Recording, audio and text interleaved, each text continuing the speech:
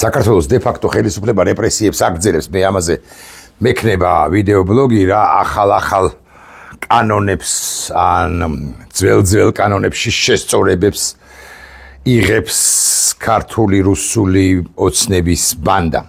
ამაზე ვისაუბრებთ ცხადია, მაგრამ ახლა სხვა ჩემი აზრით ძალიან მნიშვნელოვანი საკითხზე უნდა ვისაუბროთ. მე გეკითხებით თქვენ როგორ ფიქრობთ, როგორ ისწავლება საქართველოში ზოგად საგანმანათლებლო საჯარო სკოლებში ასე მაგალითად ქართული ლიტერატურა. ან ასე მაგალითად ისტორია. ცხადი არსებობს სახელმძღვანელო, ცხადი არსებობს ტექსტები, რომლებიც უნდა ისწავლებოდეს, რომლებიც პერიოდულად რამდენადაც ვიცი იცვლება რაღაცა, ამოიღებენ ხოლმე რაღაცას, პირიქით ჩართავენ და ასე შემდეგ, მაგრამ პედაგოგებს ნებისმიერ ქალაქსა თუ სოფელში, თბილისში, ცხეთაში, კასპში, გორში გავყვეთ ესე ხო? ქარელში, ხაშურში, ქარელი ოდნავ მარცხნივ აქედან რომ მიდიხარ ხაშური პირდაპირ და ასე შემდეგ, ბათუმის ჩათვლით, ხო? თუ გნებავთ ზუგდიდის ჩათვლით, თუ გნებავთ მესტიის ჩათვლით, თუ გნებავთ ლაგოდეხის ჩათვლით. პედაგოგებს ზოგად საგანმანათლებლო სკოლებში უზარმაზარი მისია აკისრიათ, იმიტომ რომ ის რაც წერია მშრალად ტექსტში, მაგალითად, წერია რომ 1121 წელს დიდგორში მოხდა ომი, ბრძოლა, დიდგორის ბრძოლა თუ ომად წოდებული და სხვადასხვა წყაროები ბავშვებო ადასტურებენ იმას, რომ 30,000 მომხდური თურქ-სელჩუკი იყო და ზოგი წყაროს მიხედვით ივან ჯავახიშვილი თვალწები 300,000-ზე ლაპარაკობს. არ ვიცი გადაჭარბებულია, არ არის გადაჭარბებული, მაგრამ ზოგი წყარო ამბობს, რომ 300,000 იყო, ზოგი ამბობს, რომ 30,000 იყო, ზოგი ამბობს, რომ 600,000 იყო, ჩვენგან რამდენი იყო ბავშვებო, 60,000 რამ გაგვამარჯვებინა, რომ იცოდეთ, ამანი ყივჩაღები ჩამოიყვთ და ასე შემდეგ. მაგრამ ასევე პედაგოგების უმნიშვნელოვანესი ფუნქციაა, რომ ეს მოვლენები, ამბები, მოვლენები ერთმანეთს მიუკავშიროს. მაგალითად, აი რა გავიხსენოთ ახლა, რატომ ვერ გაბედა, ეს ხო სახელმძღვანელოში ვერ ჩაიწერება, რატომ ვერ გაბედა რუსეთმა საქართველოს ოკუპაცია 1801 წლამდე, რატომ ვერ გაბედა, ხო? იქ არის პავლეს აქტი, ამბებია მთელი. და ამაზე უნდა ესაუბრებოდეს, ხალდეს აჯანყებამდე, თუ აჯანყების ჩათვლით, აი როგორ უწევდა საქართველოს უწინააღმდეგობას, ვითომ ერთმორწმუნე ან თუ გებავთ რეალურად ერთმოწმუნე, მაგრამ ის ხო ფსევდომართლმადიდებელი სახელმწიფოა რუსეთს. მე ამას გიყვებით, მე მქვია გიორგი მასწავლებელი, მე მქვია რაღაც მზია მასწავლებელი, მე მქვია, რა ვიცი, ამა და ამ სოფელში ვასწავლი იმავდროულად ხატვას, მათემატიკას, ისტორიას და ქართულს და ხო, ღმერთთან მისთვის ვლაპარაკობ, რომ წარვუძღვე წინაერსა რატო ამბობს ამას პოეტი ილია, ხო, როგორ ამბობს ამას და ეს ყველაფერი ჩაწერილი ვერ იქნება, ამიტომ სავსე რომ იყოს ჩვენი მოსწავლებისათვის გაკვეთილები, პედაგოგებს ენიჭებათ უზარმაზარი როლი, უზარმაზარი მისია უნდა აიღონ საკუთარ თავზე და ბუნებრივია, რომ უნდა ისაუბრონ, ბუნებრივია ეს, ამაში განსაკუთრებული არაფერი არ არის, უნდა ისაუბრონ სახელმძღვანელოებს მიღმაც მეთქი, როგორც ქართულზე, ქართულ ლიტერატურაზე, გრამატიკაზე ამას ვერ გააკეთებ. ისე საქართველოს ისტორიაზე ჩასმულზე მსოფლიო ისტორიის კონტექსტში რასაკვირველია, გამორჩეულ თარიღებზე ვინ იყო ვახტანგ მე-6 საბოლოო ჯამში, ნახეთ რა, აი გურამიშვილზე რო ლაპარაკობ, სად არის ბავშვებო დაკრძალული გურამიშვილი, რატომ წავიდა უკრაინაში? ამბებია მთელი, ხო? და მთელი დრამებია და ასე შემდეგ. ასევე ბუნებრივია რომ უნდა ისაუბრო, ასე მაგალითად კიდევ გამახსენდა სხვა რამის გამიჯერა, სხვა რამის წამივიდა ფიქრი. 1921 წელზე შემოვიდა მე-11 არმია, გასაგებია, მაგრამ იცით კი ბავშვებო რა დაატრიალა. აი ამგვარი ფორმულირებით უნდა იყოს დასმული კითხვა და არა მშრალი ფაქტები, რომ აი ჩვენ კოჯორთან და აბახველასთან გაუწიეთ წინააღმდეგობა, ემიგრაციაში წავიდა პირველი რესპუბლიკის მთავრობა და ასე შემდეგ და 30-იან წლებში არა, ეს ყველაფერი უნდა ერთ კარგაში უნდა იყოს მოქცეული მერქი. ყოველ შემთხვევაში მე რო ვიყო სკოლის პედაგოგი უხეშად მე-6 კლასიდან მე-10 თუ მე-11 თუ მე-12 კლასამდე ისტორიისა ან ლიტერატურისა, მე მაგალითად დაველაპარაკებოდი ამაზე, რატომ დაწერა კოლაუ ნადირაძემ თოვდა და თბილისებურა თალხი უნდა სიონდა უნდა ხალხი, რომელ წელს არის დაწერილი? 1969 წელს არის გაგიკვირდება დაწერილი ლექსი 25 თებერვალი კოლაუ ნადირაძის რა ურთიერთობა ქონდა გალაქტიონთან, იცით კი ბავშვებო და ამაზე კიდე ცალკე ისტორიას მოვყვებოდი, ამბებია მოკლედ. არა, ცხადია, ამგვარი პედაგოგები არიან ჩემზე ბევრად კარგად რო იციან. ბევრად კარგად. სოფლადაც, ქალაქშიც და ასე შემდეგ დარწმუნებული ვარ მიუხედავად იმისა, რომ თორცდები სასერტიფიკაციო გამოწვევები ჰქვია, პედაგოგთან მნიშვნელოვანი ნაწილობა პროცენტული რაოდენობა არ მახსოვს, ვერ ჩააბარა, მათ შორის ვერც ქართულსა და ვერც ისტორიაში.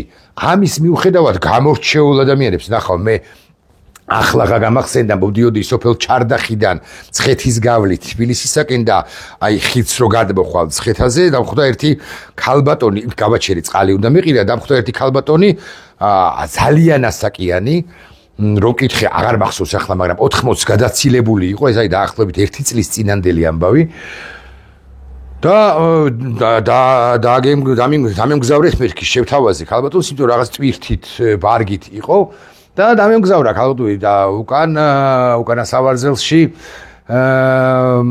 ესე გაუღეკარი და ბუნებრივია ჩაჯდა და ასე გზად ეხა თბილისელები უფრო ასოების გათვალისწინეთ ბევრ რამეს ლაპარაკობ.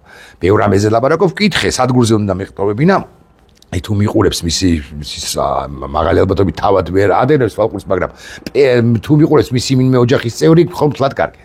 ხო და მადლობები გადაუხადა, გადამიხადა, მაგრამ ასევე მე ლაპარაკა რომ მე ქართულის მასწავლებელი ვარო. და რამდენი ხანიაო დეეჩების ქართულის მასწავლებელი იყო, რომელიღაც სოფლის სკოლაში. 85 წლის იყო, 83 წლის იყო. და ვისაუბრეთ აი ამგვარ თემებზეც და მე გულახდილად გეტყვით, მე შენობით ყოფი ასე მაგალითად ავის ილია ჭავჭ მაგალითად, ხო? აკაკი დამეხსენი ჭრილოელო, მე დამეხსენი ჭრილოელო ვიცი და ბატონმა სვახელი არ მახსოვს.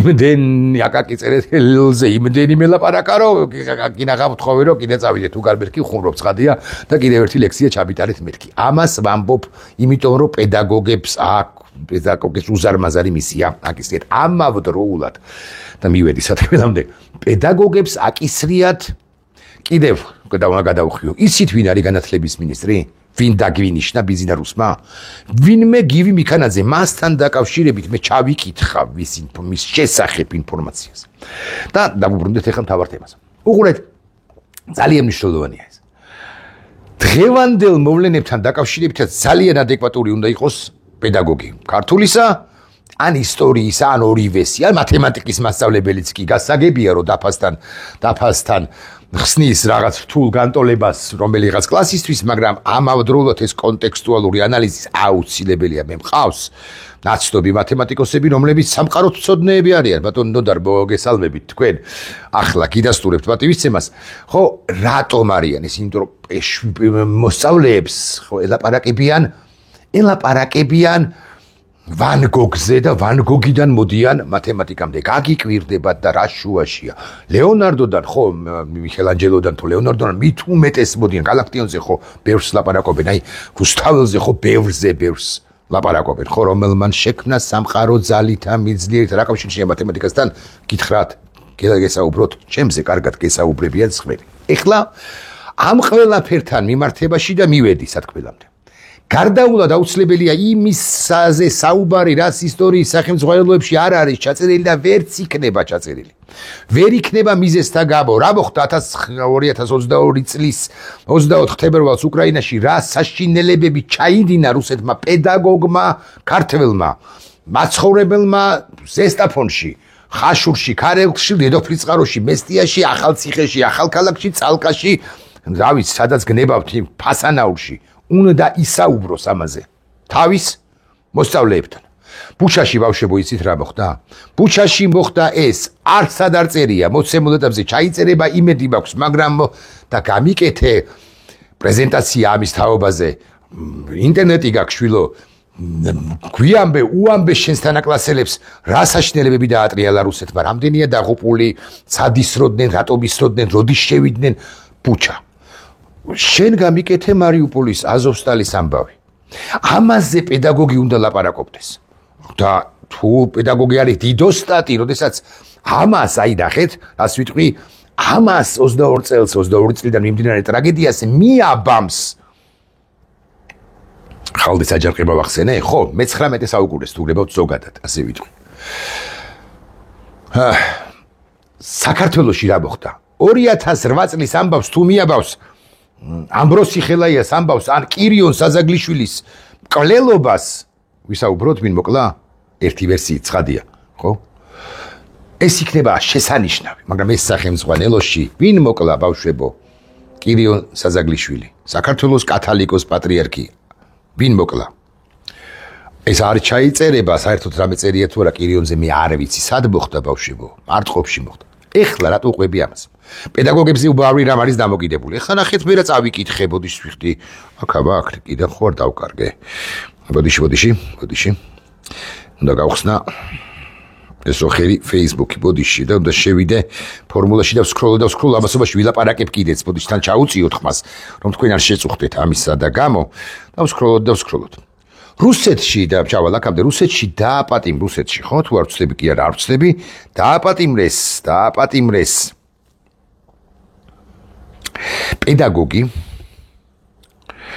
პედაგოგი რომელიც მოდიში ამ პაუზისთვის მაგრამ საინტერესო ამბამდე მივდივარ მე მგონი კი რა მივდივარ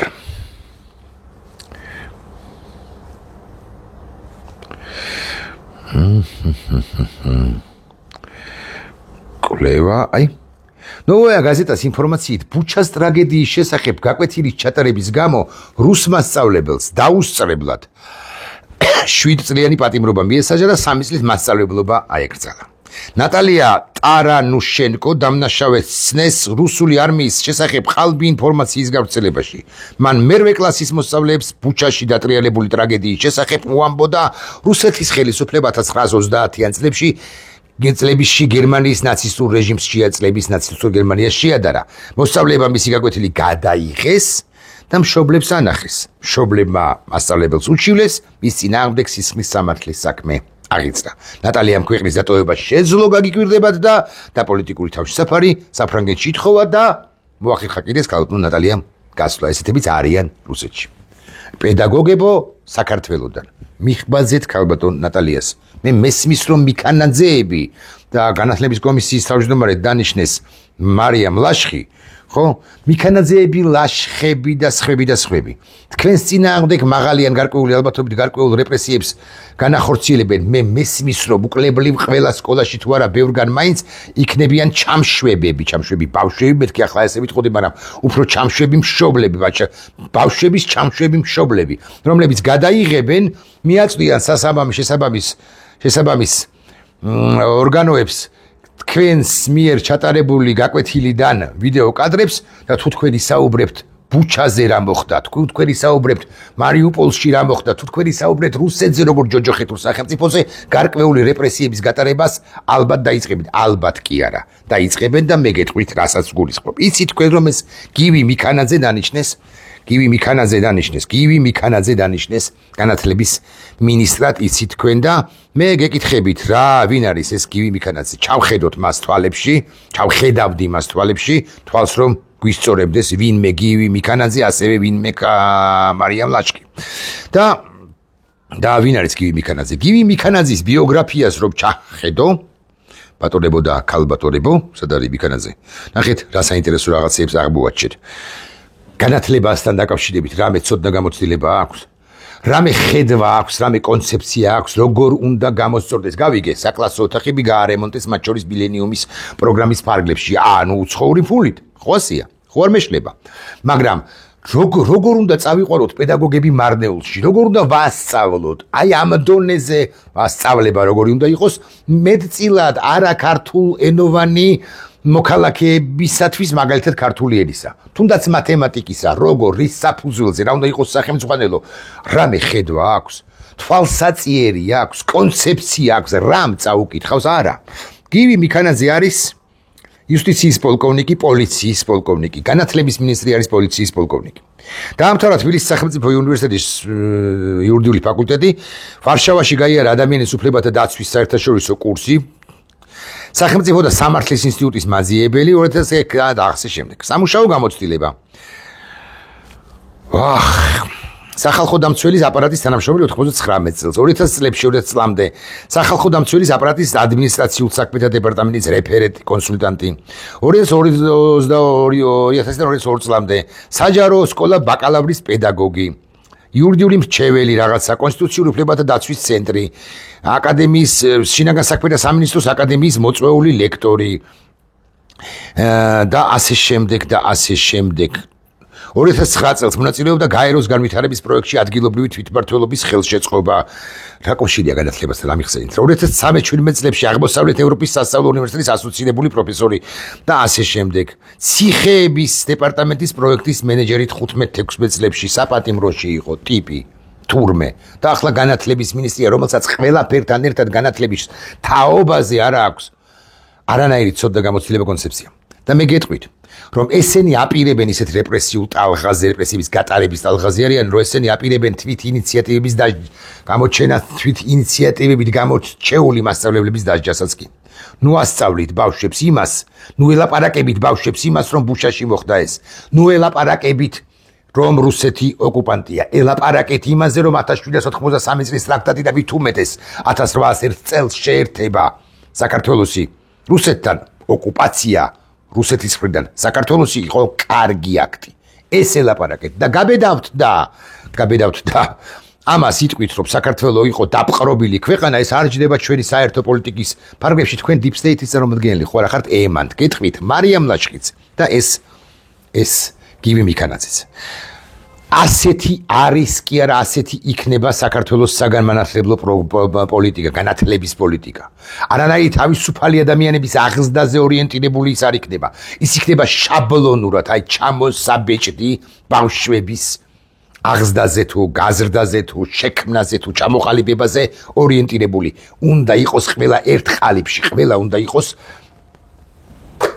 აი ამ სიგარეტის კოლოფივით არ განსხვავდება ამის ხუპის ძალი ამ კონკრეტულად ამ სიგარეტის კოლოფისაგან არაფრით არ განსხვავდება. ესეთ ყალიბში უნდა იყოს ჩამოსხმული ყველა და ამას უნდა რომ მიაღწიოს ბიზინა ივანიშვილმა. ამიტომ ნებისმიერი თავისუფალი ინტერპრეტაცია და გზა უვალი შენგან თელილი მერანო ჩვენო მაინც დარჩება ხო? რა სიმბოლოებთან არის ეს კავშირში? ვერ იქნება.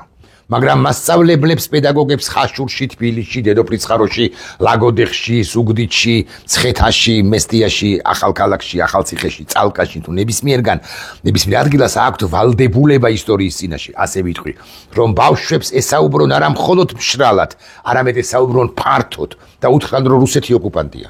რომ ეს გამანებოთ ერთ რუსეთს თავი, რომ მოხდა დიდგორის ომში ის ამბავი, გურამიშვილი იმიტომ წავიდა ქვეყნიდან. იქ არის ამბები, სხვა ამბები და ასე შემდეგ. იცით ვინ არის ბოლო მეფე გაერთიანებული საქართველოსი? გიორგი ბრწყინვალეზე. აბაგა მიკეთე ახლა შენ მე დიდი პრეზენტაცია ერთიანი საქართველოს იდეა.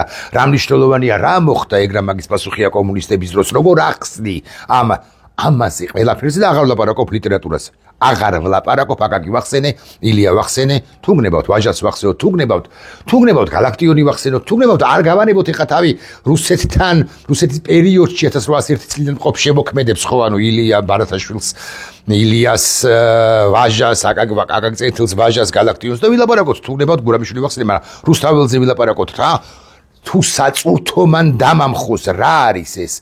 რა თქვა რუსთაველმა ანდერძში რა არის? ნათქვა მე გავშალოთ ანდერ კრიტიკულად გავიაზროთ ავთანდილის ანდერძი და აღარ ლაპარაკობ რომ სხვა რამეებია გასაზრებელი საერთოდ ჩვენს ლიტერატურაშიც ოღონდ ეს ყველაფერი არ წერია სახელმწიფოებში. მაგრამ გივი მიქანაძე აკრძალავს იმას, რაც არ წერია, ხოლო რაც წერია იქნება შაბლონური და ისევ რუსეთს მიუბრუნდები, რუსეთზე ორიენტირებული. და ეხლა ერთი ადამიანი უნდა გავიხსენო, გუშინ დაკრძალული ვანო ნადირაძე. გავხსნი ისევ Facebook-ს, ისევ ფორმულას და ფორმულაში შევიდეთ.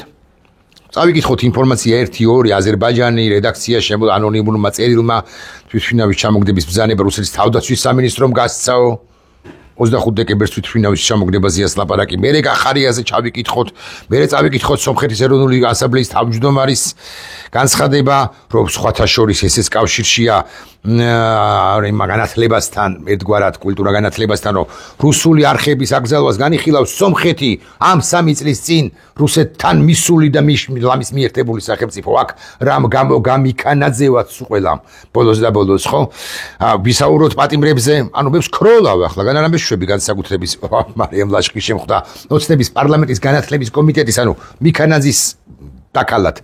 ოღონდ პარლამენტში ლაშხი დანიშნეს კატასტროფა აქვს ქალბატონ მარიამ ლაშხს ქალბატონობის გარეშე რამ გამოცდილება რამ კონცეფცია მართლა და მართლა ქვეყანაზე ვლაპარაკობთ თუ ბოსელზე ივანიშვილისა ბოსტანზეც არა ბოსელზე წულუკიანი რომელიც იმუქრება გახარიას იცო არ ამიშალოსო არ გამორთოსო ეს ლაივიო კი ჩავრთავო მაგრამ ოიო რეებს გავაკეთებო და ასე შემდეგ ვერ ჩავედი იაგო კაჭკაჭიშვილის კვლევა რომელიც საინტერესოა საბაბრაჭველი სისტემის შემზადება ნარკოტიკების მასიური ამაზე ალბათ ვერ მოვახერხებ ვიდეობლოგს და აი პირველი ვერაც შემხვდა მას შემდეგ.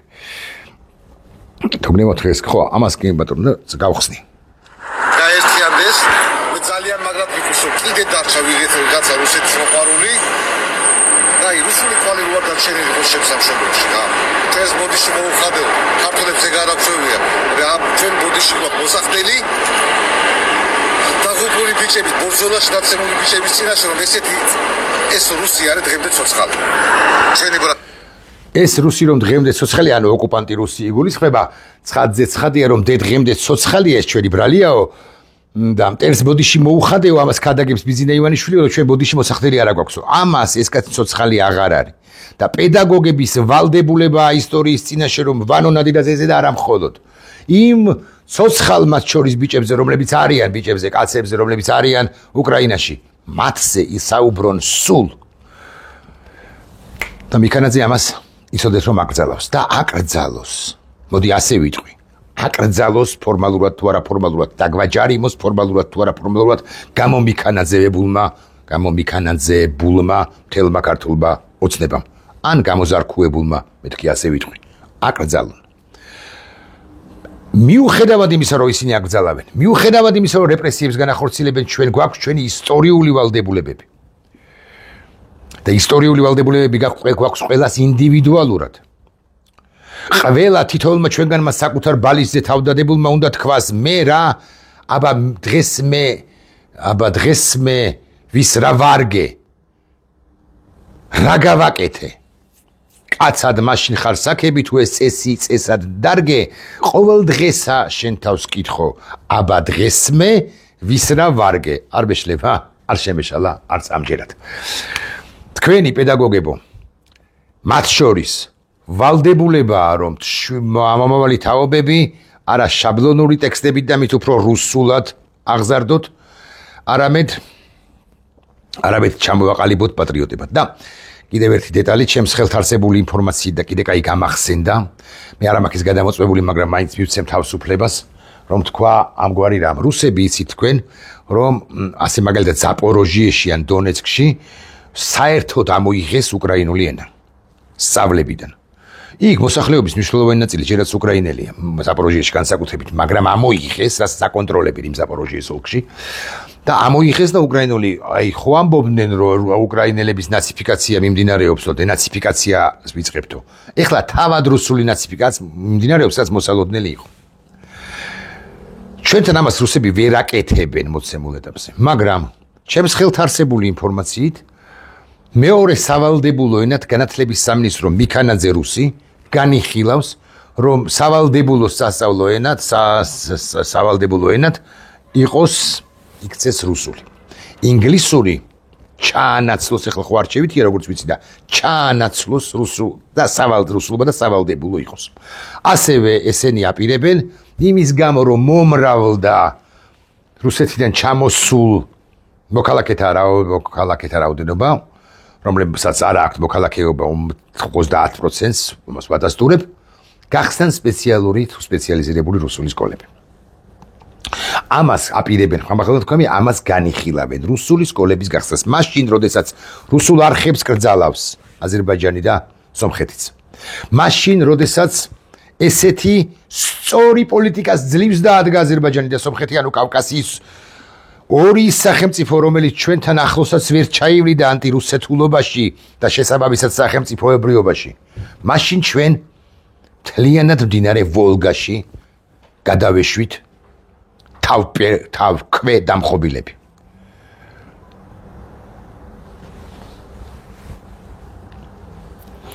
დიდხანს ვაპირებთ ამის მოთმენას.